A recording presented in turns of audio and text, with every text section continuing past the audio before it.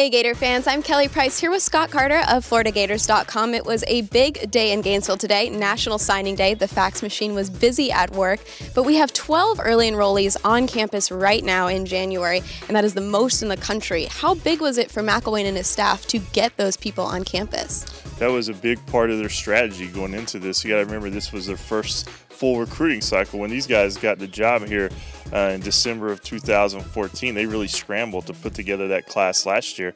So this was a luxury to have that full recruiting cycle, and they wanted to get guys, they wanted to ID guys early, build those relationships, and really that's what you saw with those 12 early enrollees.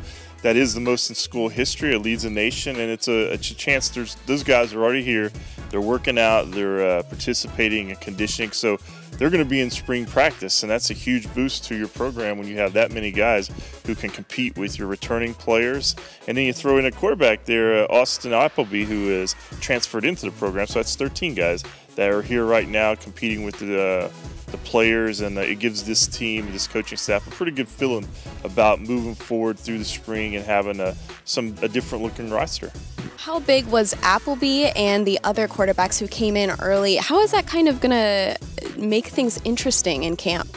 Well, it's going to be probably one of your more in-depth quarterback battles in a while. I mean, Florida is known to have a quarterback battle in recent years, as we saw last year with Treon Harris and Will Greer. Totally different look this year. Treon Harris is back, but there's 4 other guys, including Felipe Franks and Kyle Trax, the 2 true freshman early enrollees. Austin Appleby, who we've mentioned, and of course Luke Del Rio, who was here last year, but he was ineligible to play after transferring. So that's 4 guys that they're going to take a deep look at, and you know, Treon Harris is still here, so we'll see how he plays out. But the competition battle at that quarterback spot is going to be huge for this team in the spring. And you know, people talk about, well, how's this team perhaps going to look different, you know, going into next year? Well, it's going to look different at quarterback in some way. So I look at that as a very important factor for this team in the offseason, having that many guys. Last year we had true freshman Martez Ivy and CeCe Jefferson make a huge impact for the Gators. Who are going to be some of those guys who make a big impact early on? Well, I think one guy was probably the highlight of the day was when receiver Tyreen Cleveland, you know, he announced that he was coming to Florida. He had a Houston commit. Oklahoma was after him. A lot of schools were after him. He's a difference maker, maybe with the best recruiting prospect they've had here in a while. So I look at him. They have 3 junior college early enrollees already here, and all 3 of those guys were rated at the top of their position group in junior college, starting with running back Mark Thompson, kicker Eddie Pinheiro, and receiver Dre Massey. All 3 of those guys come in kind of ready to play, so I would expect, you know, those 3 guys to matter. And when it comes to, you know, talking about difference makers maybe in their first year, Kelly, you look at defense, you know, you look at Chauncey Gardner, defensive back, a really talented, a versatile guy. He's going to be given a chance to at least show himself. And so they do have some players that they can probably rely on in their first year, as we saw last year with guys like Antonio Callaway. That's something that this program needs, quite frankly, and it looks like he's brought in another class that may provide help in that area. In his signing day press conference, Jim McElwain kind of said that they got their numbers back on offensive line. How big was it for the Gators to pick up 3 offensive linemen this cycle? Very big. I remember sitting here last year, we were talking maybe that they had 6 scholarship offensive linemen on the whole roster.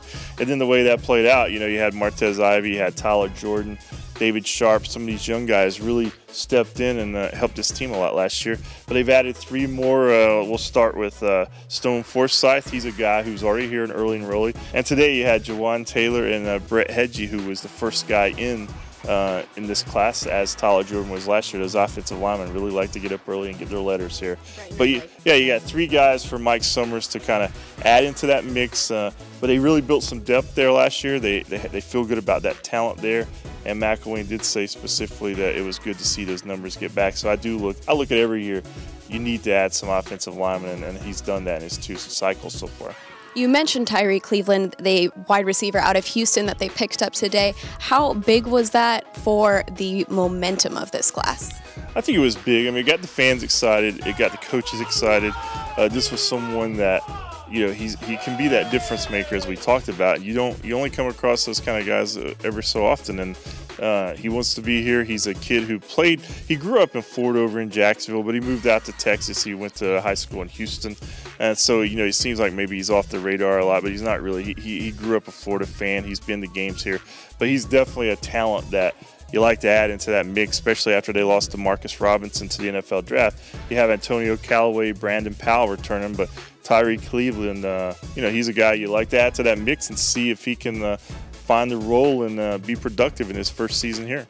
McElwain called recruiting a marathon. They were able to key in on some kind of underrated guys early on, get in there before some other people started chasing after them. How would you evaluate their player evaluations and how big it was for them to get in there early? I think that really, when you look at what McElwain has done since he's been here and what he says publicly, I think that's kind of their modus operandi. That's how they're going to operate year in and year out. You kind of evaluate guys. They're already evaluating guys in 2017, 2018 classes. You start building those relationships. So when National Signing Day arrives, it might not have as much drama as some schools have, but those coaches feel really good about the guys they already have and signed, and that's kind of what we saw today. There were a couple surprises, but for the most part, I think it played out today like most people expected. They had those early enrollees, as you mentioned, and then the guys who signed today, they were pretty much committed, and other than Cleveland, who was a surprise. But that's just the way that this staff, I think, is going to operate, and that's kind of his personality. McElwain likes to kind of build relationships. That's what he brought these coaches in. They all were kind of prior connections, and that's just the way he likes to run a program, and it certainly has shown in recruiting so far. All right, well, thank you for joining us, Scott. For continued signing day coverage, stay tuned to FloridaGators.com.